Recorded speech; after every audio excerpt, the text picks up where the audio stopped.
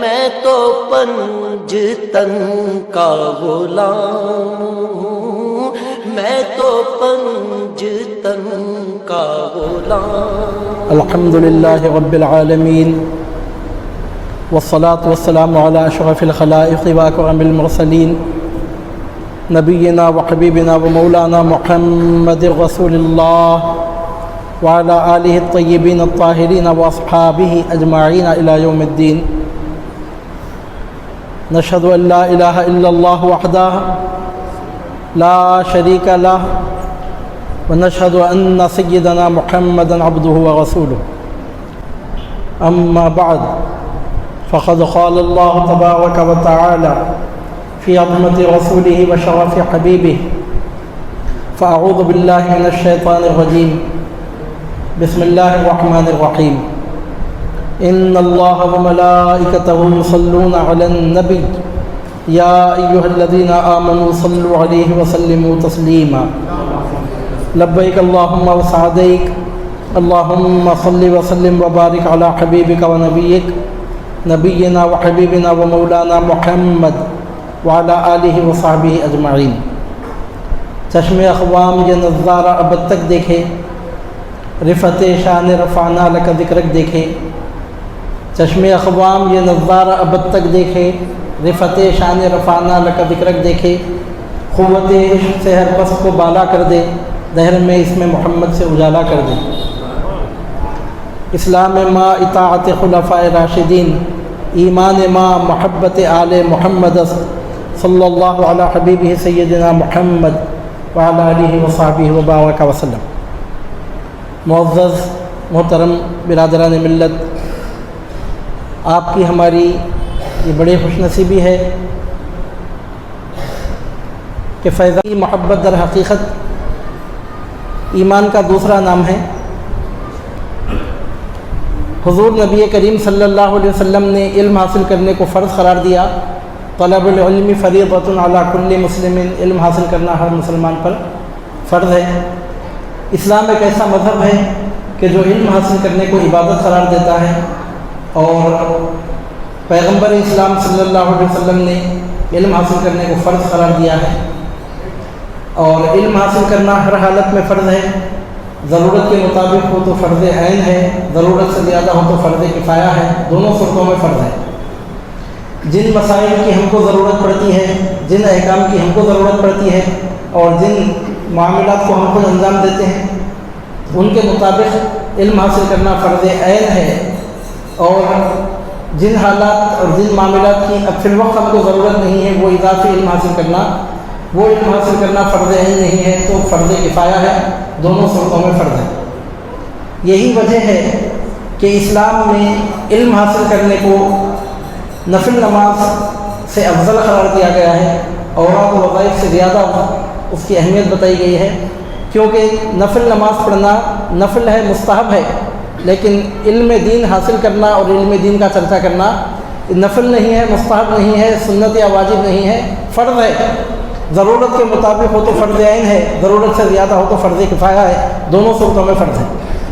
اور اہل بیت اطہار علیہم السلام کی عظمت اور شان سے واقف ہونا یہ علم کا ایسا شعبہ ہے کہ جو نماز کی تکمیل کے لیے، طہارت کی تکمیل کے لیے، روزے کی تکمیل کے لیے، زکوٰۃ کی تکمیل کے لیے، حج کی تکمیل کے لیے ضروری نہیں ہے، بلکہ ایمان کی تکمیل کے لیے ضروری ہے، کیونکہ اللہ رب العزت نے قرآن مجید میں حکم دیا ہے کہ حضور نبی کریم صلی اللہ علیہ وسلم کے اہل بیت پاک سے محبت کی جائے۔ اعوذ باللہ من الشیطان الرجیم، قل لا اسألکم علیہ اجرا الا المودۃ فی القربى۔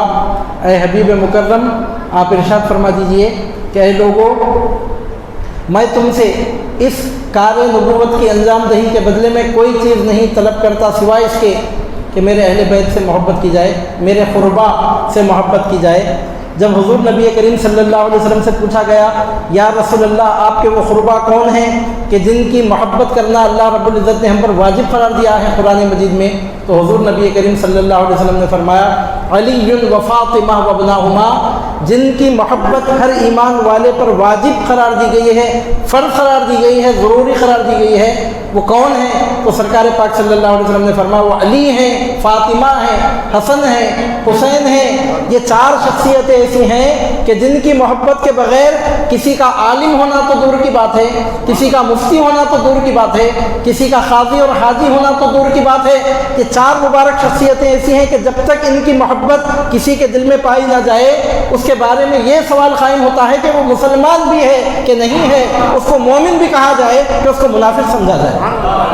ایمان ہی کی تکمیل نہیں ہوتی۔ عزیزان محترم، ایمان کی تکمیل کے بعد وضو بھی ہے، غسل بھی ہے، نماز بھی ہے، روزہ بھی ہے، زکوٰۃ بھی ہے، حج بھی ہے، عمرہ بھی ہے، صدقات و خیرات بھی ہیں، تبلیغ و اشاعت دین بھی ہے، نوافل بھی ہیں، مستحبات بھی ہیں، اوراد بھی ہیں، وظائف بھی ہیں، مشاغل بھی ہیں، مدرسے بھی ہیں، لائبریریاں بھی ہیں، کتابیں بھی ہیں، رسالے بھی ہیں۔ لیکن اگر ایمان ہی اگر نہ پایا جائے تو مجھے آپ بتائیے کہ کون سی چیز پھر کس کام کی باقی رہ گئی؟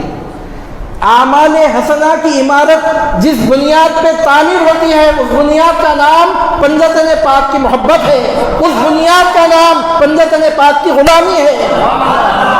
اگر یہ ہے تو سب ہے، اگر یہ نہیں ہے تو خدا کی قسم نہ علم معتبر ہے، نہ عمل معتبر ہے، نہ شخصیت معتبر ہے، نہ خدمات معتبر ہیں، نہ کارنامے معتبر ہیں۔ اہل بیت پاک کی محبت کے بغیر، پنجتن پاک کی غلامی کے بغیر اگر کوئی علم و عمل کا سرمایہ لے کے آئے تو اس کا سرمایہ جوتے کی نوک پہ اٹھانے جانے کے قابل ہے، کیونکہ ایمان ثابت ہوگا تو علم کی بھی اہمیت ہوگی، عمل کی بھی اہمیت ہوگی، اوراد و وظائف کی بھی اہمیت ہوگی، امور حسنہ کی بھی اہمیت ہوگی، اعمال صالحہ کی بھی اہمیت ہوگی۔ سبحان اللہ۔ اور یہ فیصلہ کسی مفسر کا، کسی محدث کا فیصلہ نہیں ہے، یہ فیصلہ کسی اسکالر کا فیصلہ نہیں ہے، کسی فلسفی کا فیصلہ نہیں ہے، کسی شاعر، کسی ادیب کا فیصلہ نہیں ہے۔ 18,000 عالموں کو پیکر وجود عطا کرنے والے محمد عربی صلی اللہ علیہ وسلم کے سر پر پیغمبروں کی سرداری کا تاج سجانے والے رب العالمین کا فیصلہ ہے۔ نص قطعی ہے، قرآن مجید کی آیت ہے، اللہ رب العزت کا حکم ہے، قل لا اسألکم علیہ اجرا الا المودۃ فی القربى۔ عزیزان محترم، آج آپ غور کریں گے تو آپ کو پتہ چلے گا پوری دنیا میں آج اہل سنت و جماعت کا چراغ اگر جل رہا ہے، قسم بخدا یہ سلاسل طریقت کا صدقہ ہے، سلاسل طریقت کا فیضان ہے۔ اگر آج قرآن مجید کی تعلیمات زندہ ہیں تو سلسلہ قادریہ کا فیضان ہے، اگر آج احادیث مبارکہ کی تعلیمات باقی ہیں تو سلسلہ چشتیہ کا فیضان ہے، اگر آج شریعت زندہ ہے تو سلسلہ نقشبندیہ کا طفیل ہے، اگر آج طریقت زندہ ہے تو سلسلہ سہروردیہ کا فیضان ہے۔ سلاسل طریقت کا فیضان اگر نہ ہوتا، عزیزان محترم، حضور نبی کریم صلی اللہ علیہ وسلم کی امت حق پر ہدایت پر قائم کہاں سے رہتی؟ مدرسوں کی اہمیت اپنی جگہ ہے، ان کے جو خدمات کارنامے ہیں، جس کا جو مقام ہے، جو مرتبہ ہے، ماننا ضروری ہے، اس کو مانے بغیر کوئی شریف انسان شرافت کے قابل قرار نہیں پاتا۔ عزیزان محترم، ائمہ کے جو کارنامے ہیں وہ اپنی جگہ ہیں، مسجد بنانے والی کمیٹیاں اپنا فریضہ انجام دے رہے ہیں، آرگنائزنگ کمیٹیز اپنے حسن انتظام سے اپنی خدمات انجام دے رہے ہیں، مؤذن اپنا کام کر رہا ہے، امام اپنا کام کر رہا ہے، عالم اپنا کام کر رہا ہے، مفتی اپنا کام کر رہا ہے، لیکن پوری دنیا میں آج اگر اہل سنت و جماعت کا پرچم بلند ہے تو سلاسل طریقت کا فیضان ہے۔ اور سلاسل طریقت کس کو کہتے ہیں؟ عزیزان محترم، ایک جملے میں کہوں تو سلاسل طریقت کا فیضان مولا علی المرتضیٰ کرم اللہ وجہہ کریم کی خیرات کا نام ہے، فاطمۃ الزہرا کی چوکھٹ سے عطا کی جانے والی بھیک کا نام ہے، حسنین کریمین علیہم السلام کی غلامی کا نام ہے، کیونکہ ہم دیکھتے ہیں کہ پوری دنیا میں آج اہل سنت و جماعت کا جو چراغ روشن ہے وہ سلاسل طریقت کے فیضان کے نتیجے میں ہے۔ آپ دیکھیں گے اہل سنت و جماعت یہ واحد جماعت ہے کہ ہمارے پاس ولایت کا کانسیپٹ ہے، یہ واحد جماعت ہے جس کے بعد کرامت کا کانسیپٹ ہے، یہ واحد جماعت ہے جس کے پاس کل بھی اولیاء پیدا ہو رہے تھے، آج بھی پیدا ہو رہے ہیں۔ امام مہدی کے ظہور مبارک تک اولیاء کی پیدائش کا سلسلہ اس حق مسلک کے ماننے والوں میں پایا جاتا رہے گا۔ میں آپ کے سامنے عرض کر رہا ہوں یہ واحد جماعت ہے کہ جہاں ولایت کا اور کرامت کا کانسیپٹ ہے۔ آپ ادھر سے دیکھیں گے خارجیوں کو تو وہاں تو مولا کائنات کرم اللہ وجہہ الکریم سے ان کا تعلق ہی باقی نہیں رہا، تو ولایت کہاں سے حاصل ہوگی، کرامت کہاں سے حاصل ہوگی؟ ان کی تو جڑ کٹ گئی، بنیاد اکھڑ گئی۔ ادھر سے آپ دیکھیں گے رافضیوں کو کہ امام الزمان شیخنا شیخ عبد القادر گیلانی رضی اللہ تعالیٰ عنہ کے فیضان سے، آپ کی تعلیمات سے منحرف ہو کر اور حضور نبی کریم صلی اللہ علیہ وسلم کی تعلیمات مبارکہ کے فیضان سے محروم ہو کر وہ لوگ بھی گمراہی کے دلدل میں پڑے ہوئے ہیں۔ آپ دیکھیے ان کے پاس بھی نہ ولایت کا کوئی کانسیپٹ ہے نہ کرامت کا کوئی کانسیپٹ ہے۔ کہاں تک ہے؟ ائمہ اطہار تک، ائمہ اثنا عشر تک، 12 اماموں تک۔ ان کے بعد اب ان کے پاس کوئی ولایت کا کانسیپٹ نہیں ہے۔ آپ دیکھیں گے کہ اماموں کے آستانوں پر ان کی حاضری ہوتی ہے۔ نجف اشرف سے لے کر کربلا معلیٰ سے لے کر یہ سلسلہ شروع ہوتا ہے۔ کاظم شریف، سامرہ شریف، جہاں جہاں جنت البقیع میں جہاں جہاں ائمہ کرام کے آستانے ہیں وہاں ان کی حاضری ہوتی ہے، اور باقاعدہ وہاں سے ان کو روحانی فیضان نصیب ہوتا ہے، ہونے کی وہ بات کرتے ہیں۔ لیکن اس کے بعد جب نیچے اتریں آپ، اس کے بعد جب آگے بڑھیں تو پھر اس کے بعد ان کے پاس نہ کسی ولی کی درگاہ ہوتی ہے، نہ ان کے پاس اس قسم کے زندہ فیضان کا کوئی تصور ہے۔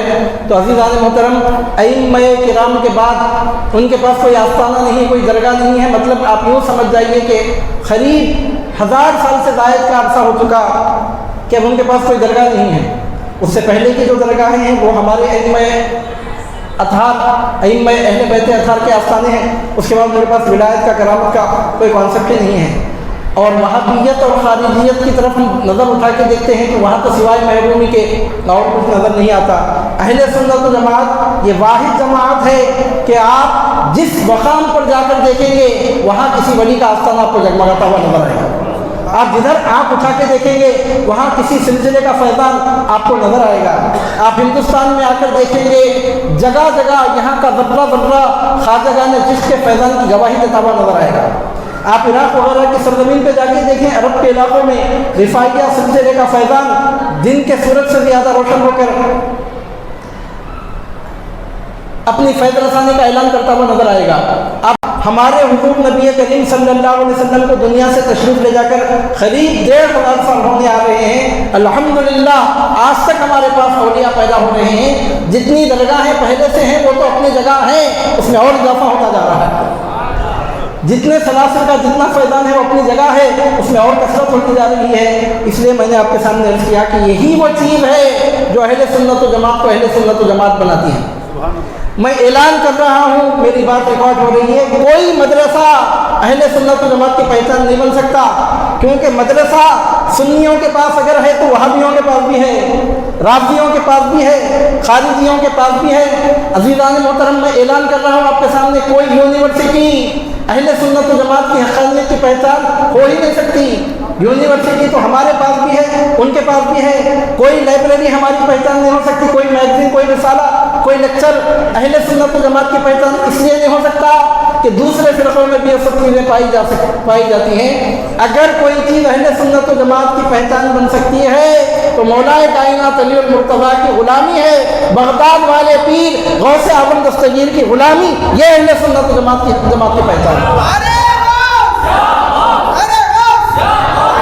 خواجگان سلطان الہند حضور غریب نواز کے فیضان کا بہتا ہوا دریا، یہ اہل سنت و جماعت کی حقانیت کی پہچان ہے۔ مدرسے تو سب کے پاس ہیں، لائبریریاں تو سب کے پاس ہیں، یونیورسٹیز تو سب کے پاس ہیں، پڑھنے پڑھانے کا معاملہ تو سب کے پاس چلتا ہے، تحریکیں سب کے پاس ہیں، جماعتیں سب کے پاس ہیں، آرگنائزیشن سب کے پاس ہیں۔ عزیزان محترم، دیکھتے ہیں کہ تحریکوں کا کام سب کے پاس چلتا ہے۔ کوئی تحریک اہل سنت و جماعت کی پہچان اس لیے نہیں ہو سکتی کہ تحریک سنیوں کے پاس بھی ہے اور تحریک غیر سنیوں کے پاس بھی ہے۔ عزیزان محترم، اگر کوئی چیز اہل بیت، اگر کوئی چیز اہل سنت و جماعت کی پہچان ہو سکتی ہے تو سلاسل طریقت کا فیضان ہے، ولایت و کرامت کا بہتا ہوا دریا، یہ اہل سنت و جماعت کی پہچان ہے۔ ساؤتھ انڈیا میں اہل سنت و جماعت کی اگر پہچان ہے تو خواجہ بندہ نواز کا آستانہ، یہ اہل سنت و جماعت کی پہچان ہے۔ مدرسہ ہمارے پاس ہے، غیروں کے پاس بھی ہے، لیکن ہمارے پاس بندہ نواز ہیں، غیروں کے پاس کوئی بندہ نواز نہیں ہے۔ ہمارے پاس غریب نواز ہیں، تمہارے پاس کوئی غریب نواز نہیں ہے۔ علماء تو ہمارے پاس بھی ہیں، تمہارے پاس بھی ہیں، لیکن ہمارے پاس غوث الملکوت عبد القادر گیلانی ہے، تمہارے پاس کوئی ولی پیدا ہی نہیں ہوا۔ یہ فرق ہے تم میں اور ہم۔ عزیزان محترم، تو اس سے معلوم ہوتا ہے کہ جس چیز پر ایمان کی بنیاد قائم ہوتی ہے وہ پنجتن پاک کی محبت ہے، وہ اہل بیت پاک کی محبت ہے۔ اللہ رب العزت نے قرآن مجید میں حکم دیا، قل لا اسألکم علیہ اجرا الا المودۃ فی القربى، اے حبیب مکرم صلی اللہ علیہ وسلم آپ کہہ دیجئے کہ اس کارہائے نبوت کی انجام دہی کے نتیجے میں یہ جو خدمت دین میں نے انجام دیا، تبلیغ و ارشاد کا فریضہ انجام دیا ہے، احکام الہیہ بندوں تک پہنچانے کا جو عظیم ترین منصب جس پر مجھے فائز کیا گیا، جس کا حق میں نے ادا کیا ہے، اس کے بدلے میں تم سے ایک ہی چیز طلب کرتا ہوں، اپنے قربا کی محبت چاہتا ہوں۔ قربا سے مراد کون ہے؟ تو صحابہ نے حضور نبی کریم صلی اللہ علیہ وسلم سے پوچھا تو سرکار پاک صلی اللہ علیہ وسلم نے 4 نام لیے۔ تو اس سے معلوم ہوتا ہے کہ سرکار پاک صلی اللہ علیہ وسلم کے قربا میں جتنے رشتہ دار ہیں سب کی محبت ضروری ہے، لیکن ان محبتوں میں جو سب سے زیادہ ضروری ہے وہ 4 نفوس کی محبت ہے۔ مولا علی المرتضیٰ، سیدتنا فاطمہ الزہرا، امام حسن مجتبیٰ، سیدنا امام حسین شہید کربلا، ان 4 نفوس کا سرکار پاک صلی اللہ علیہ وسلم نے تذکرہ فرمایا۔ پوچھا گیا قربا کون ہے، تو سب سے پہلے جو نام لیا گیا وہ ایسا نام ہے کہ first impression is the last impression ہے۔ پہلا نام سرکار پاک صلی اللہ علیہ وسلم کی جو زبان مبارک پر آیا وہ پہلا لفظ قیامت کی صبح تک سر پھونکے جانے تک کے لیے حق اور باطل کے درمیان سب سے بڑا فرق و امتیاز کرنے والا نام ہے۔ جس زبان سے ہم کو قرآن مجید ملا اس زبان ہر ترجمان سے اللہ کے حبیب صلی اللہ علیہ وسلم نے جو پہلا نام لیا آپ کی زبان مبارک پہ نکلا، جو لفظ آیا وہ لفظ تھا علی، پھر فرمایا وہ فاطمہ، پھر فرمایا وابناہما، علی اور فاطمہ اور ان کے دونوں بیٹے۔ حضور نبی کریم صلی اللہ علیہ وسلم نے فرمایا کہ قربا سے مراد یہ 4 نفوس ہیں۔ میں یہ نہیں کہتا کہ ان کے علاوہ حضور نبی کریم صلی اللہ علیہ وسلم کے دوسرے رشتہ دار نہیں ہیں، نعوذ باللہ من ذلک، ایسا نہیں، دوسرے رشتہ دار بھی ہیں، ان کی محبت بھی ضروری ہے۔ اور عزیزان محترم بات نکلی تو میں آپ کے سامنے عرض کر رہا ہوں، ہمارا مسلک اہل سنت و جماعت ہے اور ہمارے پاس حضور نبی کریم صلی اللہ علیہ وسلم کی نسبت کی تعظیم کی جاتی ہے، سرکار صلی اللہ علیہ وسلم کے اہل بیت پاک کی نسبت کی تعظیم کی جاتی ہے، سرکار صلی اللہ علیہ وسلم کے صحابہ کرام کی تعظیم کی جاتی ہے، سرکار صلی اللہ علیہ وسلم کی امت کے اولیاء کرام کی تعظیم کی جاتی ہے۔ اولیاء کے آستانوں سے اگر کوئی اینٹ کسی بزرگ کے روضے مبارک کی دیوار میں شامل ہو جائے اس پتھر کا بھی ہم ادب کرنے والے ہیں۔ ہمارے پاس نسبتوں کی بات کی جاتی ہے، ہم نسبتوں کی اہمیتوں کو ماننے والے ہیں۔ سوچنے سمجھنے کی بات قابل بات ہے، اگر کوئی پتھر حضور غریب نواز کے روضے مبارک کی دیوار میں لگ گیا، سرکار غوث پاک کے آستان اقدس کی دیوار میں اگر کوئی پتھر لگ گیا، اس پتھر کو ہم چومتے ہیں، سر پہ آنکھوں پہ رکھتے ہیں، تو ہم حضور نبی کریم صلی اللہ علیہ وسلم کی نسبتوں کا کیسے انکار کریں گے؟ نعوذ باللہ من ذالک۔ ہم انکار نہیں کرتے سرکار پاک صلی اللہ علیہ وسلم کی نسبتوں کا، سرکار اکرم صلی اللہ علیہ وسلم کی جتنی رشتہ داریاں ہیں ہم ان کی قدر کرتے ہیں، سرکار صلی اللہ علیہ وسلم کی جتنی نسبتیں ہیں ہم ان تمام نسبتوں کا احترام کرتے ہیں۔ مدینہ منورہ کی سرزمین کا کنکر ہماری نظر میں ہیرے سے کم قیمت نہیں ہے، مدینہ منورہ کی مٹی کے ذرات کو ہم کیمیا سے بڑھ کے سمجھتے ہیں، مدینہ منورہ کی فضاؤں میں جو ہوائیں پائی جاتی ہیں ہم ان کو جنت کی ہواؤں سے بہتر سمجھتے ہیں۔ ہم حضور نبی کریم صلی اللہ علیہ وسلم سے تعلق رکھنے والی ہر چیز کی نسبت کی تعظیم کرتے ہیں، لیکن مراتب کا فرق تو ہر جگہ ہے، اللہ رب العزت نے مرتبے کا فرق تو ہر جگہ رکھا ہے۔ عزیزان محترم، ہر پھول پھول ہی ہے لیکن ہر پھول گلاب نہیں ہوتا، ہر پانی پانی ہے لیکن ہر پانی زمزم نہیں ہوتا۔ عزیزان محترم، ہر پتھر پتھر ہے لیکن ہر پتھر ہیرا نہیں ہوتا۔ ہم دیکھتے ہیں کہ اللہ رب العزت نے دنیا میں ہر جگہ مراتب کا فرق رکھا ہے، تو حضور نبی کریم صلی اللہ علیہ وسلم کے رشتہ داروں کی محبت ضروری ہے، ہر رشتہ دار کی محبت ضروری ہے، ہر صحابی کی محبت ضروری ہے، ہر سرکار صلی اللہ علیہ وسلم کی ہر نسبت رکھنے والے کی محبت ضروری ہے، لیکن فرق مراتب کی بنیاد پہ سرکار صلی اللہ علیہ وسلم نے خود اپنی مرضی سے جن 4 نصوص کا یہاں پہ تذکرہ فرمایا وہ ایسے 4 ہیں کہ ان کا 5واں سوائے محمد رسول اللہ کے اور کوئی ہو ہی نہیں سکتا۔ وہ ایسے چار ہیں کہ ان چار میں پانچواں صرف حضور نبی کریم صلی اللہ علیہ وسلم ہو سکتے ہیں، جن کو پنجتن پاک کہتے ہیں، جن کو سرکار پاک صلی اللہ علیہ وسلم نے چادر تطہیر میں اڑا کر دنیا کو دکھایا کہ یہ میرے اہل بیت ہیں۔ اللہ رب العزت کی بارگاہ میں دعا کی، اللہم ہؤلاء اہل بیتی، اے پروردگار یہ میرے اہل بیت ہیں۔ تو عزیزان محترم یہاں سے اس بات کا پتہ چلتا ہے کہ بات مولا کائنات کرم اللہ وجہہ الکریم کی محبت کی ہو، حسنین کریمین کی غلامی کی ہو، فاطمۃ الزہرا سلام اللہ علیہا کی عقیدت کی اور احترام کی ہو، حرمت کی ہو، در حقیقت یہی ایمان کا دوسرا نام ہے۔ اور ہم دیکھتے ہیں ہر جگہ فیضان ہم کو جگمگاتا ہوا نظر آ رہا ہے۔ اور یہاں پہ میں روک کر ایک بات آپ کے سامنے عرض کر رہا ہوں کہ عموماً جمعہ کی نماز سے پہلے جو دوسرا خطبہ پڑھا جاتا ہے، نہ صرف ہمارے علاقے میں بلکہ دنیا بھر میں عموماً صدیوں سے، قریب 1000 سال سے یا اس سے زائد عرصے سے، یعنی مطلب کہ طویل زمانے سے جمعہ کا جو دوسرا خطبہ پڑھا جاتا ہے، جتنے لوگ یہاں پر بیٹھے ہیں میں سمجھتا ہوں کوئی ایک شخص بھی ایسا نہیں ہوگا کہ جس کے لیے یہ بات جو میں بولنے جا رہا ہوں اس کو نہیں معلوم۔ اگر یہاں پہ 100 آدمی بیٹھے ہیں تو ایک بھی آدمی اس میں ایسا نہیں ہے کہ جس کو بات کوئی نئی بات لگی ہو۔ سب جانتے ہیں ہفتے میں ایک مرتبہ ہر جمعہ کو نماز کے لیے ہم آتے ہیں، مسجد میں ہم سنتے ہیں خطیب خطبہ پڑھتا ہے۔ خطیب جب خطبہ پڑھتا ہے جمعہ کے دوسرے خطبے میں لوگوں اہل سنت و جماعت کی مساجد میں، تو طریقہ یہ ہے کہ حضور نبی کریم صلی اللہ علیہ وسلم پر درود بھیجتے ہوئے، سرکار پاک صلی اللہ علیہ وسلم کی امت پر درود بھیجتے ہوئے 9 نام خطیب کی زبان پہ آتے ہیں۔ یہ 9 نام لیے بغیر اہل سنت و جماعت کی مسجدوں میں خطبہ مکمل نہیں ہوتا۔ جمعہ کی نماز ہم بعد میں پڑھتے ہیں، ان 9 شخصیتوں کا نام لے کر ان کے لیے دعائے خیر پہلے کرتے ہیں۔ پہلے ان کے لیے رحمت نازل ہونے کی دعا مانگ کر اس کے بعد نماز کے لیے کھڑے ہوتے ہیں۔ اور جمعہ کی نماز یہ افضل ترین نماز ہے، اس سے افضل کوئی نماز نہیں ہے اس زمین پر ادا کی جانے والی نمازوں میں۔ سب سے افضل ترین جو نماز ہے نماز جمعہ ہے، اس سے افضل، اس سے بہتر کوئی نماز نہیں ہے۔ عزیزان محترم، اور جمعہ کی نماز ادا کرنے سے پہلے باقاعدہ خطبہ پڑھا جاتا ہے، اور یہ طریقہ کچھ کل صبح پر شروع نہیں ہوا، کوئی 100-150 سال پہلے سے شروع نہیں ہوا، صدیوں سے یہ طریقہ رائج ہے۔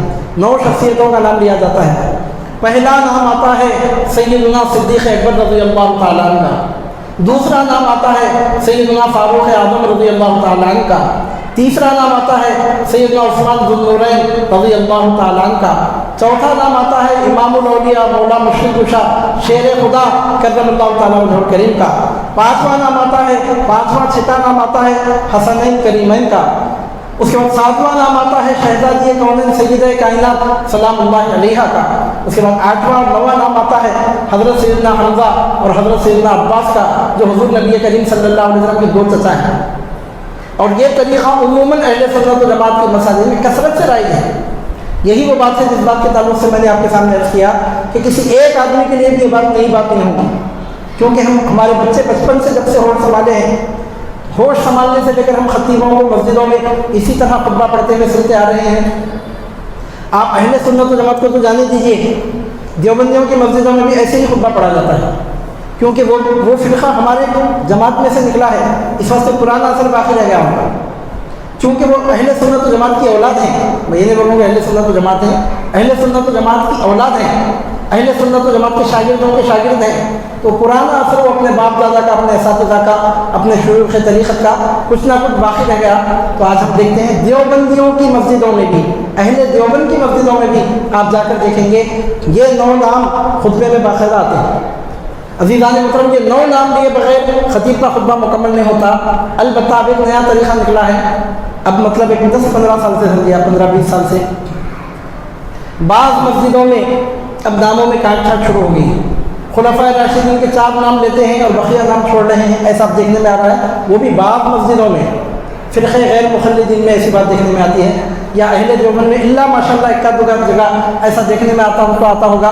عموماً آج بھی 90% نہ صرف اہل سنت و جماعت میں بلکہ دیوبندیوں میں بھی آج بھی ہم طریقہ دیکھتے ہیں 80 to 90% کہ 9 نام لیے بغیر خطبہ مکمل نہیں ہوتا۔ بہت زمانے سے میں بھی اس پر غور کرتا تھا کہ طریقہ کب رائج ہوا، کیسے رائج ہوا، اس حد تک پھیل کیسے گیا۔ ایسا نہیں کہ کسی مقام پر یہ طریقہ ہے، کسی مقام پہ نہیں ہے، کسی علاقے میں رواج ہے، کسی علاقے میں رواج ہے، ایسا نہیں ہے، تقریباً ہر جگہ رواج پایا جاتا ہے۔ اس حد تک یہ رواج کیسے ہوگا اہل سنت و جماعت میں کس کا اثر ہے اہل سنت و جماعت پر کہ دیوبندیوں کی مسجدوں میں بھی ہم کو ان ناموں کی گونج آج تک سنائی دے رہی ہے؟ یہ کس کا فیضان نظر اور یہ در حقیقت کس کا انفلوئنس ہے اہل سنت و جماعت پر کہ جو آج تک باقی برقرار ہے؟ اس تعلق سے غور کرنے پر پھر پتہ چلا، دیکھنے پر معلوم ہوا کہ در حقیقت یہ طریقہ ہمارے سرکار حضور پیران پیر غوث اعظم دستگیر کا طریقہ ہے۔ سرکار غوث پاک جب بھی منبر پر جلوہ فرما ہوتے تو آپ کا طریقہ مبارکہ یہ تھا کہ حضور نبی کریم صلی اللہ علیہ وسلم پر درود بھیجنے کے بعد آپ کی پوری امت پر درود بھیجتے ہوئے 9 شخصیتوں کے نام اپنی زبان مبارک سے لے کر اس کے بعد محفل وعظ کا آغاز فرماتے۔ ہمارے پاس وہ شجرہ پڑھنے کا طریقہ ہے، جو پیروں کے نام پڑھتے ہیں، بزرگوں کے نام ہم اپنی زبانوں سے لیتے ہیں، یہ طریقہ اہل سنت و جماعت کا بہت پرانا طریقہ ہے، کیونکہ ہماری جماعت کی پہچان کتابوں کی بنیاد پہ نہیں ہوتی، ہماری جماعت کی پہچان شخصیتوں کی بنیاد پہ ہوتی ہے۔ اور ہمارے سرکار غوث پاک رضی اللہ تعالیٰ نے وہی طریقہ رائج فرمایا۔ یہ طریقہ در حقیقت حضور پیران پیر غوث اعظم دستگیر رضی اللہ تعالیٰ کا طریقہ تھا کہ آپ حضور نبی کریم صلی اللہ علیہ وسلم کی امت پہ جب درود بھیجتے تو ان 9 شخصیتوں کا باقاعدہ نام لے کر ان کو درود پاک میں شامل فرماتے۔ صدیق اکبر کو، فاروق اعظم کو، عثمان ذو النورین کو، مولا علی المرتضیٰ کو، حسنین کریمین کو، سیدہ کائنات شہزادی کونین کو، اور حضرت حمزہ اور حضرت عباس کو۔ خلفائے راشدین، حسنین کریمین، سیدہ کائنات اور سیدنا حمزہ اور سیدنا عباس، جو جملہ اس طرح ہم دیکھتے ہیں کہ 9 نام حضور پیران پیر غوث اعظم دستگیر رضی اللہ تعالیٰ درود پاک میں شامل فرماتے۔ آپ بولتے ہوں گے کہ فیضان اہل بیت کے حوالے سے بات ہوئی تو یہ بات میں درمیان میں کیوں لے آیا؟ وانٹیڈلی میں نے یہ بات آپ کے سامنے ذکر کی ہے کہ کچھ لوگوں کو شوق ہو گیا ہے کہ وہ ہم کو صحابہ کرام کی محبت کا سبق پڑھانا چاہتے ہیں، شاید اسی کو کہتے ہیں ہماری بلی اور ہم سے میاؤں۔ آج 1000 سال سے پوری دنیا میں اہل سنت و جماعت کا پرچم جس بلندی پہ لہرا رہا ہے، یہ کارنامہ ہمارے سرکار ہمارے پیر غوث اعظم دستگیر رضی اللہ تعالیٰ کا ہے۔ سرکار پیران پیر غوث اعظم دستگیر رضی اللہ تعالیٰ کے غلاموں کو سنیت سکھانے کے لیے کسی غیر کی ضرورت ہی نہیں ہے۔ پوری دنیا کو سنیت پر مضبوطی کے ساتھ قائم رہنے کا طریقہ قادریوں کے پیر نے سکھایا ہے۔ اب قادریوں کو قیامت کی صبح تک کسی سے سبق پڑھنے کی ضرورت نہیں ہے۔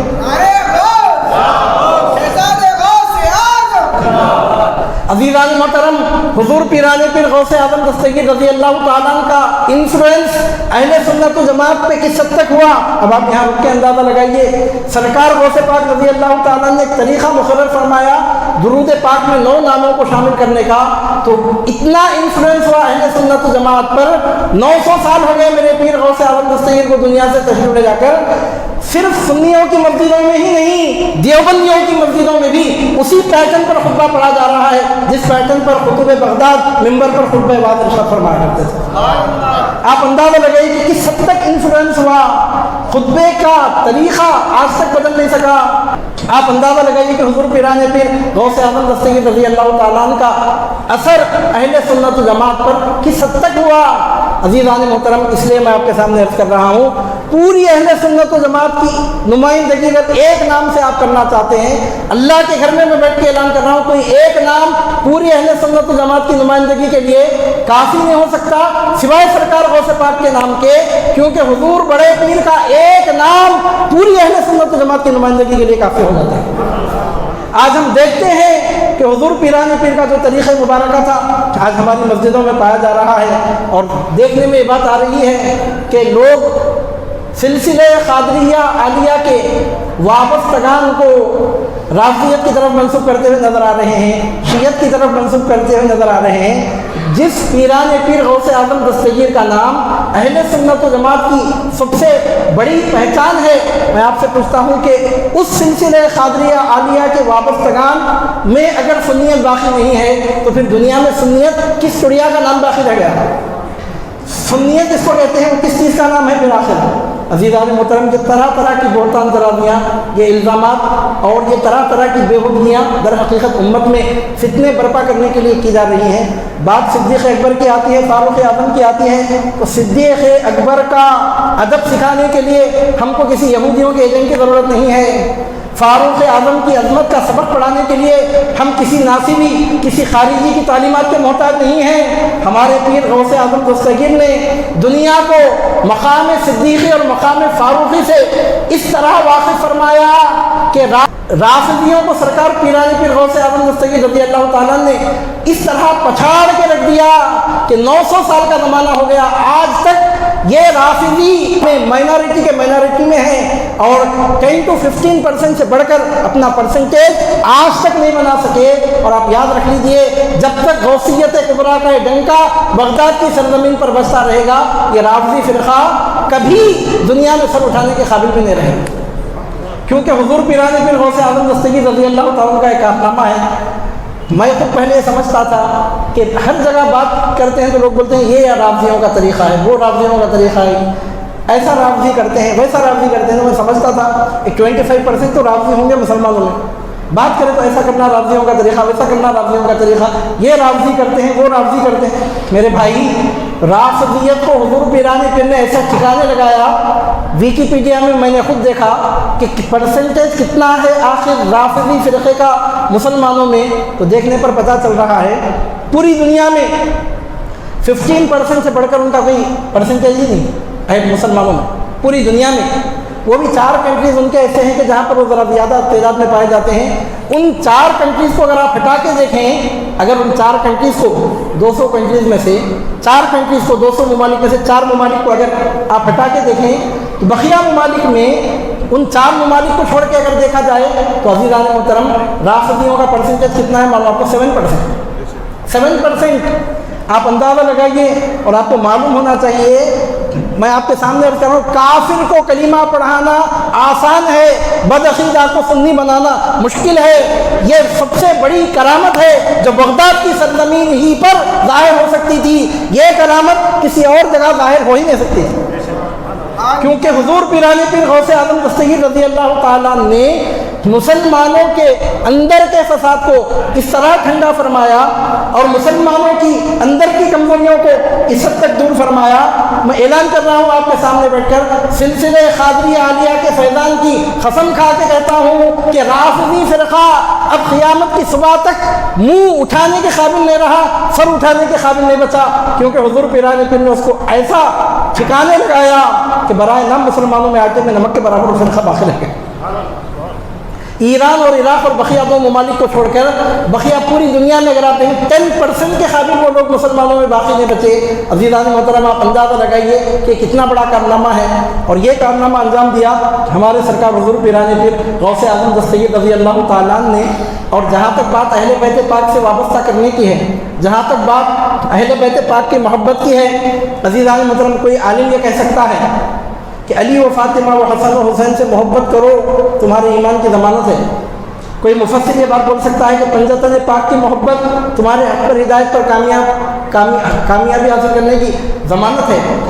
یہ بات کوئی مقرر، کوئی وائز کہہ سکتا ہے کہ پنجتن پاک سے محبت رکھو تم سرخرو ہوگے، لیکن یہ بات کون سا عالم بول سکتا ہے، کون سا مفسر بول سکتا ہے، کون سا وائز بول سکتا ہے کہ مجھ سے محبت رکھو تم کامیاب ہو جاؤ گے؟ یہ بات کون بول سکتا ہے؟ عزیزان محترم، یہ بات کوئی دوسرا وائز اور خطیب نہیں بول سکتا، یہ بات وہی بول سکتا ہے جو خود اہل بیت پاک کا جانشین ہو، جو خود اہل بیت پاک کا نائب مناب ہو، جس کا ایک نام لینا پنجتن پاک کے 5 نام لینے کے برابر ہو۔ یہ بات وہی بول سکتا ہے۔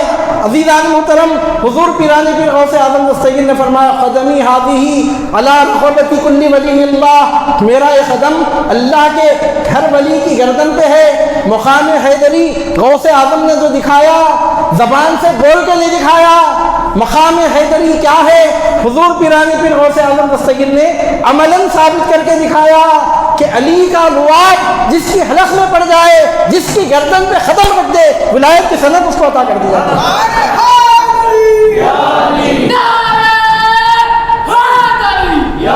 عزیزان محترم، میرے پیر غوث اعظم دستگیر نے دنیا کو صدیق اکبر کا مقام بھی دکھایا، فاروق اعظم کا مقام بھی دکھایا، عثمان ذو النورین کا مقام دکھایا، لیکن جب بات فیضان کو جاری کرنے کی ہوئی، جب بات سرکار پیران پیر کے فیضان کے اجرا کی ہوئی تو وہاں حضور پیران پیر غوث اعظم دستگیر رضی اللہ تعالیٰ عنہ کو فیضان عطا کرنے والی خدا کی قسم 2 شخصیتیں ہیں، کوئی تیسری شخصیت نہیں ہے۔ ایک شخصیت وہ ہے جس نے 7 مرتبہ اپنا لعاب مبارک میرے پیر غوث اعظم دستگیر کی حلق شریف میں ڈالا، وہ نبی ہے۔ اور دوسری شخصیت وہ ہے کہ جس نے 6 مرتبہ اپنا لعاب مبارک عبد القادر گیلانی کے حلق میں ڈالا، اور وہ علی ہے۔ سلسلہ قادریہ کس کو کہتے ہیں؟ تو علی اور نبی کے فیضان کا نام سلسلہ قادریہ ہے۔ غوثیت کبریٰ کس کو کہتے ہیں؟ تو علی اور نبی کی کرن جب سمٹ کے آ جاتی ہے تو وہیں سے غوثیت کبریٰ کا اجرا ہوتا ہے، اعلان ہوتا ہے۔ زبان سے بعض باتیں کہنے کی ہوتی ہیں، بعض باتیں عملاً پیش کرنے کی ہوتی ہیں۔ عزیزان محترم، جس کا جو مقام ہے، جو مرتبہ ہے، ماننا لازمی ہے، ضروری ہے۔ اور بطور خاص میں عمدن یہ بات آپ کے سامنے عرض کر رہا ہوں کہ شرنگیزیوں کی وجہ سے، فتنہ پردازیوں کی وجہ سے امت کو فرقوں میں منقسم کرنے کی کوشش یہودیوں کی جانب سے کی جا رہی ہے۔ اس کے جواب میں آپ کے سامنے بات پیش کر رہا ہوں۔ حضور پیران پیر غوث اعظم دستگیر رضی اللہ تعالیٰ نے ہم کو جو طریقہ بتایا، اس طریقے سے بہتر اور کس کا طریقہ ہو سکتا ہے؟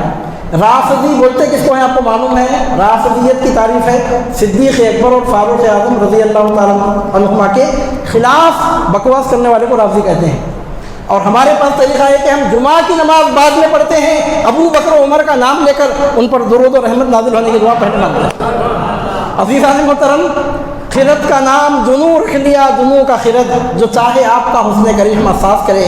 شاید اسی کو کہتے ہیں کہا ایران کی تو سنا توران کی، وہ بات سارے فسانے میں جس کا ذکر نہ تھا، وہ بات ہم کو بڑی ناگوار گزری ہے۔ عزیزان محترم، یہ طریقہ سکھانے والے دنیا کو کون ہیں؟ یہ طریقہ سکھانے والے تو حضور پیران پیر غوث اعظم دستگیر رضی اللہ تعالیٰ۔ باطل جماعتیں آج بھی سر اٹھا رہی ہیں، باطل فرقے آج بھی سر اٹھا رہے ہیں، لیکن عزیزان محترم، ان کی روک تھام کے لیے لاکھ کوشش کرنے کے بعد کیا وہ فتنے آسانی کے ساتھ ٹھنڈے ہوتے ہیں؟ آپ غور کیجیے، کیا ان فتنوں کو کوئی ٹھنڈا کر سکتا ہے؟ لیکن حضور پیران پیر کی کرامت ہی کہیے کہ جس فرقے کے خلاف حضور پیران پیر نے آواز بلند کر دی تو قیامت کی صبح تک کے لیے اس کو مینارکی بنا کے چھوڑ دیا۔ اگر آپ 4 ممالک کو چھوڑ کر اگر دیکھیں گے 10% بھی وہ فرقہ آج باقی نہیں رہا۔ کب سے تھا وہ فرقہ؟ صحابہ کرام رضوان اللہ علیہ اجمعین کے دور سے وہ فرقہ پایا جاتا تھا۔ کسی فرقے کو ٹھنڈا کرنے کی اگر تاریخ آپ اٹھا کے دیکھیں گے تو کسی بھی فرقے کو ٹھنڈا کرنے کا اس سے بڑھ کر آپ کو مشاہدہ اور کہیں نہیں ہو سکتا۔ عزیزان محترم، تو میں عرض کر رہا ہوں آپ کے سامنے کہ ہم حضور نبی کریم صلی اللہ علیہ وسلم کی نسبتوں کا احترام کرنے والے ہیں اور پنجتن پاک کی غلامی کا دم بھرنے والے ہیں، اور پنجتن پاک کی محبت کو ہم ایمان سمجھتے ہیں۔ میں آپ کے سامنے عرض یہ کر رہا تھا، جب اللہ رب العزت نے پنجتن پاک کی محبت ہم پر فرض قرار دی، سرکار صلی اللہ علیہ وسلم نے فرمایا کہ جن کی محبت واجب ہے وہ علی و فاطمہ و حسن و حسین، ان کے دونوں صاحبزادے ہیں علیہ السلام۔ جب سرکار صلی اللہ علیہ وسلم نے فرما دیا تو اس سے معلوم کیا ہوتا ہے؟ آدمی محبت کس سے کرتا ہے؟ جس کی عظمت اس کو معلوم ہوتی ہے اس سے محبت کرتا ہے، جس کے مقامات و مراتب سے اس کو آگہی ہوتی ہے اس سے محبت کرتا ہے، جس کی شان کا رفت کا پتہ چلتا ہے تو آدمی اس سے محبت کرتا ہے۔ عزیزان محترم، جس میں عظمت کا پہلو دیکھتا ہے آدمی اس سے محبت کرتا ہے۔ تو یہاں سے معلوم ہوتا ہے کہ پنجتن پاک سے محبت کرنا فرض ہے، تو یہیں سے ثابت ہوتا ہے کہ پنجتن پاک کی عظمتوں کا چرچا کرنا یہ بھی فرض ہے، کیونکہ ہم اہل سنت جب تک ہم پنجتن پاک کی عظمتوں کا خوب چرچا نہیں کریں گے، اپنے بچوں کو جب ہم بچپن سے پنجتن پاک کی عظمتوں سے واقف نہیں کرائیں گے تو ان کے دلوں میں محبتیں کہاں سے پیدا ہوں گی؟ عزیزان محترم، میں آپ کے سامنے بات پیش کر رہا ہوں کہ سرکار غوث پاک نے 9 نام جمع فرمائے، اور ان 9 ناموں کو جمع فرمانے کی حکمت کیا ہے؟ اس میں 4 تو خلفائے راشدین ہیں، اور پھر اس کے بعد سیدہ کائنات اور حسنین کریمین کا نام خطبے میں اس لیے شامل فرمایا کہ ان کے ناموں سے جب تک کسی کو انس نہ ہو، ان کی شخصیتوں سے جب تک کسی کو محبت نہ ہو، اس کے ایمان کی تکمیل نہیں ہوتی۔ اور پھر آپ دیکھیے کہ حضرت حمزہ اور حضرت عباس رضی اللہ تعالیٰ عنہما کے نام سرکار صلی اللہ علیہ وسلم کے ساتھ درود بھیجتے ہوئے سرکار غوث پاک نے شامل فرمائے۔ حضرت حمزہ اور حضرت عباس کا نام بھی شامل فرمایا۔ دنیا جانتی ہے کہ حضور نبی کریم صلی اللہ علیہ وسلم کے چچا ہیں۔ تو اس طرح آپ دیکھیں گے کہ حضور پیران پیر غوث اعظم دستگیر نے یہ جو طریقہ مروت فرمایا، اس میں حضور نبی کریم صلی اللہ علیہ وسلم کی رشتہ داری کا لحاظ ہے، ہم فاطمۃ الزہرا کا نام لیتے ہیں، اور فاطمۃ الزہرا سلام اللہ علیہا محمد الرسول اللہ صلی اللہ علیہ وسلم کی پوری اولاد میں جو سب سے بڑھ کر افضل ترین مقام و مرتبے کے حامل ہیں وہ ذات گرامی ہے۔ اہل سنت و جماعت کے پاس یہ بات اجماعاً ثابت ہے کہ فاطمۃ الزہرا سلام اللہ علیہا اپنی تینوں بہنوں سے افضل ہیں، محمد الرسول اللہ کی پوری اولاد میں افضل ہیں۔ ایک فاطمۃ الزہرا علیہ السلام کا نام لینا محمد الرسول اللہ کی پوری اولاد کا نام لے لینے کے برابر ہے۔ ان سے بڑھ کر شان اور عظمت سرکار پاک صلی اللہ علیہ وسلم کی پوری اولاد میں اور کسی کو حاصل نہیں ہوئی۔ عزیزان محترم، سرکار صلی اللہ علیہ وسلم کی 4 شہزادیاں ہیں، ہر شہزادی کا ہم ادب کرتے ہیں، کرم کرتے ہیں، ماننا ضروری ہے، اور ان میں بڑا مقام سیدہ کائنات سلام اللہ علیہا کا ہے۔ پھر اس کے بعد حسنین کریمین کے نام حضور پیران پیر غوث اعظم دستگیر نے جمع فرمائے، وہ اس واسطے ہے کہ ان کی محبت بھی قربا کی محبت میں داخل ہے۔ اللہ نے قرآن مجید میں اس کو فرض قرار دیا۔ امام شافعی فرماتے ہیں، یا اہل بیت رسول اللہ حبکم فرض من اللہ فی القرآن انزلہ، اے اہل بیت رسول اللہ، آپ کی عظمت اور آپ کی شان کے لیے بات بہت کافی ہے کہ آپ کی محبت کو قرآن نازل کرنے والے نے قرآن میں فرض قرار دیا۔ امام شافعی رحمۃ اللہ علیہ فرماتے ہیں، یا اہل بیت رسول اللہ حبکم فرض من اللہ فی القرآن انزلہ، اے رسول پاک صلی اللہ علیہ وسلم کے گھرانے والوں، آپ کی عظمت آپ کی شان کے لیے یہ بات بہت کافی ہے، قرآن کو نازل کرنے والے نے قرآن میں آپ کی محبت کو فرض قرار دیا۔ قل لا اسألکم علیہ اجرا الا المودۃ فی القربیٰ کا جو حکم قرآن مجید میں دیا گیا، امام شافعی رحمۃ اللہ علیہ فرماتے ہیں کہ یہ حکم فرض ہے، ہر کسی پہ فرض ہے۔ جب ان سے محبت کرنا فرض ہے تو ان کی عظمت سے، ان کی شان سے واقف ہونا بھی تو ضروری ہے۔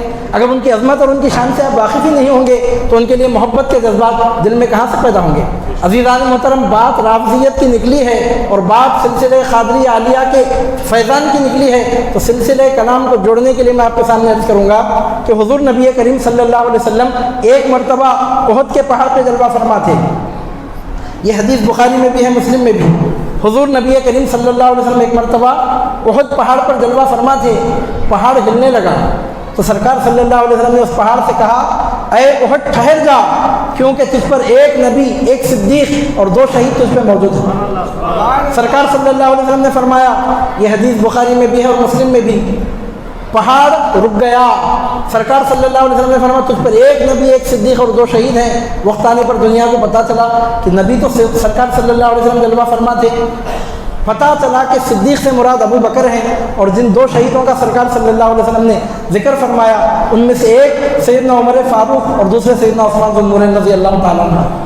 تو جو فرقہ صدیق اکبر کی عظمت کو نہیں مانتا، فاروق اعظم کی عظمت کو نہیں مانتا، اس فرقے سے دنیا اور آخرت میں ہمارا کیا تعلق ہے؟ العیاذ باللہ تعالیٰ۔ اور عزیزان محترم، اب اس کے بعد آگے بڑھ کر ہم دیکھتے ہیں کہ صدیق اکبر کو تو مقام صدیقیت ملا، والذی جاء بالصدق وصدق بہ، مفسرین فرماتے ہیں جو سچ کے ساتھ آئے وہ حضور نبی کریم صلی اللہ علیہ وسلم اس کی تصدیق فرمانے والے سیدنا ابو بکر صدیق ہیں۔ سیدنا فاروق اعظم اور سیدنا عثمان ذو النورین رضی اللہ تعالیٰ عنہما کے بارے میں سرکار صلی اللہ علیہ وسلم نے اپنی زبان مبارک سے ان کو شہید کہا۔ ان کے شہید ہونے کا اپنی زبان نبوت سے سرکار پاک صلی اللہ علیہ وسلم نے اعلان فرما دیا۔ اس کے بعد پھر بات نکلتی ہے مولا کائنات علی المرتضیٰ کرم اللہ تعالیٰ عنہ کریم کی، تو ان کے بارے میں سرکار صلی اللہ علیہ وسلم نے کیا فرمایا، میں ایک بات آپ کے سامنے پیش کر رہا ہوں۔ سرکار صلی اللہ علیہ وسلم جہاں بھی جس وقت بھی جنگ کے لیے تشریف لے گئے تو مولا کائنات علی المرتضیٰ کرم اللہ عنہ کریم ہمیشہ آپ کے ساتھ رہے، اور کافروں کے خلاف سب سے بڑھ کر جو تلوار دور رسالت میں چمکتی رہی وہ ذوالفقار تھی، اور یہ ایسی تلوار ہے، اس تلوار کا ریکارڈ ہے کہ ہزاروں تلواریں اس تلوار پہ ٹوٹ گئیں اور وہ تلوار کسی تلوار سے کبھی نہیں ٹوٹی۔ لا فتح الا علی، لا سیف الا ذوالفقار، علی کے سوا کوئی بہادر نہیں ہے، ذوالفقار کے سوا زمین پر کوئی تلوار آج تک دیکھنے میں نہیں آئی۔ ہزاروں تلواریں اس تلوار پہ ٹوٹ گئیں، اور جو تلوار بجلی کی طرح کون کر حضور نبی کریم صلی اللہ علیہ وسلم کی رسالت کی حقانیت کا مظاہرہ کرتی رہی۔ ہم دیکھتے ہیں مولا کائنات علی المرتضیٰ کرم اللہ وجہہ کریم کو کہ جب بھی سرکار پاک صلی اللہ علیہ وسلم کسی جنگ میں تشریف لے جاتے تو مولا کائنات کرم اللہ وجہہ کریم ہمیشہ ساتھ رہتے ہیں۔ آپ بدر کے موقع پہ دیکھیے یہی بات آپ کو دیکھنے میں آئے گی. شروعات مولا کائنات کرم اللہ وجہ کریم سے ہوتی ہوئی نظر آتی ہے. آپ احد کے موقع پہ دیکھیے, غزوہ احد کے موقع پہ یہی بات آپ کو دیکھنے میں آئے گی. سب سے پہلے چمکنے والی تلوار ذوالفقار رہی. جہاں بھی جتنی جنگوں کی نوبت آئی عزیزان محترم ہر جگہ ذوالفقار حیدری ہم کو چمکتی ہوئی نظر آتی ہے. لیکن ایک مرتبہ ایسا ہوا, ایک بہت بڑا غزوہ تھا, دنیا کی سب سے بڑی طاقت سے ٹکر لینے کی بات تھی, اور حضور نبی کریم صلی اللہ علیہ وسلم نے ذوالفقار کو چمکنے کی اجازت نہیں دی. پوائنٹ یہاں پر نوٹ کرنے کے قابل ہے کہ ہمیشہ جو تلوار چمکتی تھی اس تلوار کو میان میں رہنے کا حکم دیا گیا. اور جنگ بھی کوئی معمولی جنگ نہیں تھی, سمجھنے والے تو سمجھ رہے تھے کہ اب تک کی یہ سب سے بڑی جنگ ہے. مقابلہ کسی مکے کے گروہ سے ہونے والا نہیں تھا, کسی مدینے کی منافقین کی جماعت سے ہونے والا نہیں تھا, قیصر روم کی فوج سے مسلمانوں کو ٹکر لینا تھا. روم کے بادشاہ کی فوجیں مسلمانوں سے لڑنے کے لیے برسر پیکار تھیں, اور حضور نبی کریم صلی اللہ علیہ وسلم اس کے لیے تیاری فرما رہے ہیں. کہ ہم دیکھتے ہیں کہ حضور نبی کریم صلی اللہ علیہ وسلم جب بھی جنگ کے لیے تشریف لے جاتے ہیں تو مولا کائنات کرم اللہ وجہ کریم سرکار پاک صلی اللہ علیہ وسلم کے ہمراہ ہوتے ہیں. بات غزوہ بدر کی ہو کہ غزوہ احد کی, بات غزوہ احزاب کی ہو یا فتح خیبر کی, بات غزوہ حنین کی ہو یا کسی اور موقع کی, جہاں بھی سرکار پاک صلی اللہ علیہ وسلم تشریف لے جاتے تو مولا کائنات علی المرتضیٰ کرم اللہ وجہ کریم بھی سرکار پاک صلی اللہ علیہ وسلم کے ساتھ حاضر رہتے. ہر جگہ مولا کائنات کرم اللہ وجہ کریم سرکار پاک صلی اللہ علیہ وسلم کی معیت میں حاضر رہتے. لیکن ایک موقع ایسا آیا کہ دیکھنے والے تو دیکھ رہے تھے, سمجھنے والے سمجھ رہے تھے کہ اب تک کی سب سے بڑی جنگ ہے. کیونکہ غزوہ احد کے موقع, غزوہ بدر کے موقع پر 1000 کی تعداد میں کافر تھے. غزوہ احد کے موقع پر کافروں کی تعداد 3000 تھی. غزوہ احزاب کے موقع پر 25000 کی تعداد میں کافر تھے. لیکن ایک مرتبہ ایک ایسے غزوے کی بھی نوبت آئی کہ جب ٹکر کسی عرب کے کسی بدو قبیلے سے ٹکر لینے کی بات نہیں تھی, قیصر روم سے ٹکر لینے اور مقابلہ کرنے کی بات تھی. حضور نبی کریم صلی اللہ علیہ وسلم کو پتہ چلا کہ قیصر روم مدینہ منورہ پر چڑھائی کرنے کا ارادہ رکھتا ہے, تو سرکار پاک صلی اللہ علیہ وسلم نے اس کے آنے سے پہلے ہی خود اس پر حملہ کرنے کا ارادہ فرمایا. لشکر کو ترتیب دیا گیا جس کو غزوہ تبوک کہتے ہیں. غزوہ تبوک کے موقع پر مسلمانوں کو جو ٹکر لینا تھا, دنیا کی ویل ڈسپلنڈ نہایت تربیت یافتہ فوج سے ٹکر لینے کی نوبت تھی. قیصر روم کی فوج کتنی بڑی تھی تو اس کے تعلق سے تاریخوں میں تذکروں میں یہ بات ملتی ہے, احادیث مبارکہ سے پتہ چلتا ہے کہ قیصر روم کی فوج میں صرف پیدل چلنے والے سپاہی 1 لاکھ تھے. تو پیدل چلنے والے پیادہ سپاہی تھے, ان کی تعداد 1 لاکھ تھی. آپ اندازہ لگائیے کہ فوج کتنی بڑی فوج نہیں ہوگی, وہ حکومت کتنی بڑی حکومت رہی. آپ غور کیجئے کہ اس زمانے میں ورلڈ پاپولیشن کیا تھا اور آج ورلڈ پاپولیشن کیا ہے. بلکہ میں تو آپ کے سامنے عرض کروں گا کہ آج بھی 600 کروڑ کے انسانوں کی آبادی بتائی جا رہی ہے. 600 کروڑ کی آبادی کے موقع پر بھی آج بھی اگر کسی حکومت کے پاس 1 لاکھ کی فوج صرف پیدل چلنے والوں کی ہو تو آج بھی وہ حکومت بہت بڑی پاورفل حکومت مانی جائے گی. اور اس زمانے میں تو ایسا ورلڈ پاپولیشن نہیں تھا. اس زمانے میں جب 1 لاکھ پیدل چلنے والے سپاہی اس کے پاس موجود تھے, آپ اندازہ لگائیے کہ کتنی بڑی فوج سے ٹکر لینے کی بات تھی. لیکن حضور نبی کریم صلی اللہ علیہ وسلم نے مولا کائنات علی المرتضیٰ کرم اللہ وجہ کریم کو ساتھ چلنے کی اجازت نہیں دی. ہم دیکھتے ہیں کہ مقابلہ 1000 سے تھا, 3000 سے تھا, 5000 سے تھا, 25000 سے تھا, تو سرکار پاک صلی اللہ علیہ وسلم مولا کائنات کرم اللہ وجہ کریم کو ساتھ لے جاتے. بدر میں 1000 سے مقابلہ کرنا تھا, ذوالفقار چمکتی رہی. احد میں 3000 سے مقابلہ کرنا تھا تو ذوالفقار چمکتی رہی. غزوہ احزاب میں 5000 سے مقابلہ کرنا تھا تو تلوار چمکتی رہی. غزوہ حنین میں 25000 سے مقابلہ کرنا تھا تو ذوالفقار چمکتی رہی.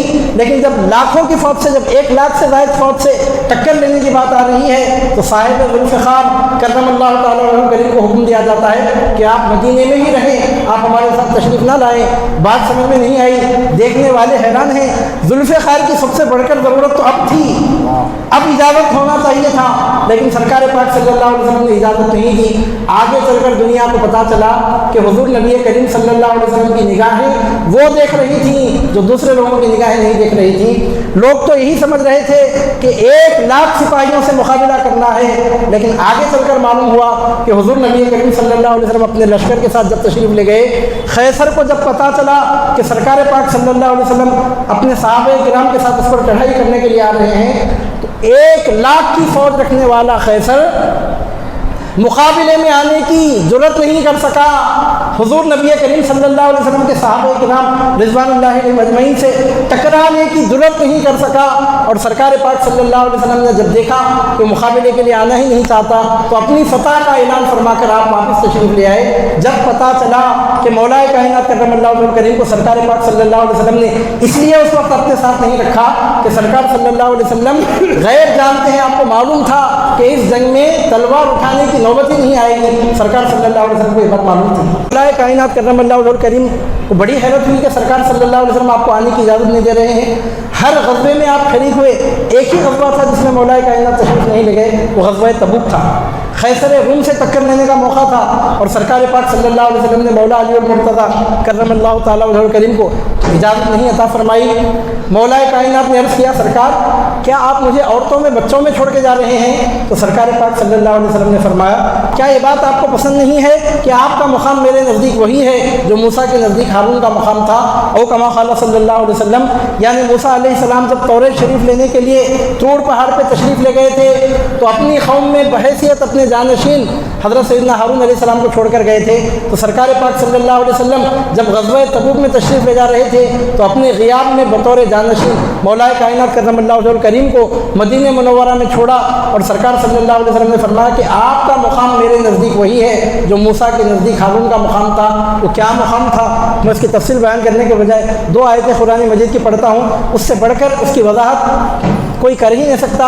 اللہ رب العزت نے قرآن مجید میں موسیٰ اور ہارون کے تعلق کو اس طور پہ ظاہر فرمایا کہ حضرت سیدنا موسیٰ علیہ السلام نے دعا مانگی تھی، وَاجْعَلْ لِي وَزِيرًا مِّنْ أَهْلِي هَارُونَ أَخِي أُشْدُدْ بِهِ أَزْرِي، اے پروردگار ہارون کو میرا وزیر بنا دے، میرے بھائی ہارون کو، میرے رشتہ دار میرے بھائی ہارون کو میرا وزیر بنا دے، ان کے ذریعے سے میری قوت کو مضبوط فرما۔